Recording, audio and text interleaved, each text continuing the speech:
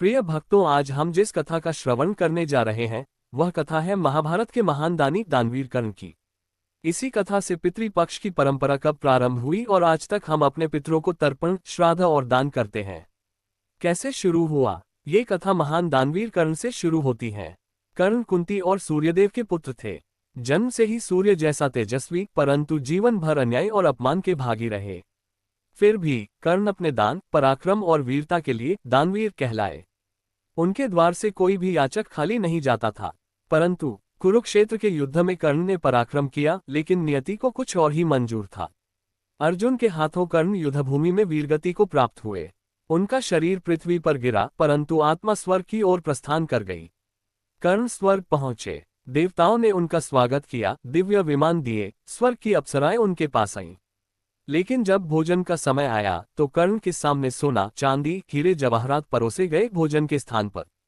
कर्ण चकित रह गए। उन्होंने पूछा, देवताओं, ये कैसी व्यवस्था है? मैंने जीवन भर ब्राह्मणों को, निर्धनों को, वीरों को, हर याचक को दान दिया। सोना, रथ, भूमि, आभूषण, जो भी मांगा सब दिया। फिर मुझे अन्न और जल क्यों नहीं दिया जा रहा? तब देवताओं के राजा इंद्र ने उत्तर दिया, हे कर्ण, तुम्हारे दान की महिमा तीनों लोकों में प्रसिद्ध है।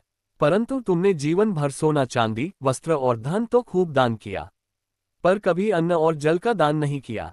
इसलिए स्वर्ग में तुम्हें वही फल मिल रहा है, जहां अन्न के स्थान पर सोना और आभूषण ही परोसे जा रहे हैं। ये सुनकर कर्ण की आंखों में आंसू आ गए। उन्होंने हाथ जोड़कर इंद्र से प्रार्थना की, हे देवेंद्र, दान तो मैंने किया, किंतु मेरे मन में कभी यह विचार ही नहीं आया कि अन्न और जल का दान करना चाहिए। आज समझ में आया कि अन्न और जल ही सच्चा दान है। मुझे एक अवसर दीजिए, मुझे पृथ्वी पर भेज दीजिए ताकि मैं अपने पितरों और भूखों प्यासों को अन्न और जल दान कर सकूं। अन्यथा मेरी आत्मा कभी तृप्त नहीं होगी। देवताओं ने विचार किया और इंद्र बोले, हे कर्ण, तुम्हारा हृदय निर्मल है। हम तुम्हें 16 दिनों के लिए पृथ्वी पर भेजते हैं। इन दिनों तुम जितना चाहो अन्न और जल का दान कर सकते हो। फिर तुम्हें पुनः स्वर्ग लौट आना होगा। फिर क्या हुआ? कर्ण की आत्मा पृथ्वी पर आए। वह 16 दिन तक लोगों को भोजन कराते रहे। गरीब, भूखे, प्यासे, ब्राह्मण, यात्री, पशु, पक्षी, कौवे, सबको उन्होंने अन्न और जल दिया।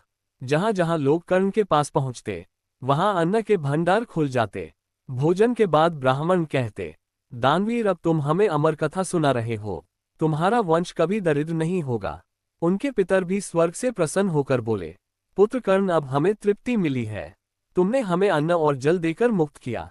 तुम्हारे कारण हमारा वंश सुखी रहेगा। इसके बाद कर्ण की आत्मा 16 दिन पूरे होने के बाद कर्ण पुनः स्वर्ग लौटे। अब वहां उनके लिए अमृत तुल्य अन्न और जल परोसा गया। कर्ण तृप्त हुए और उनके पितर भी धन्य हो गए।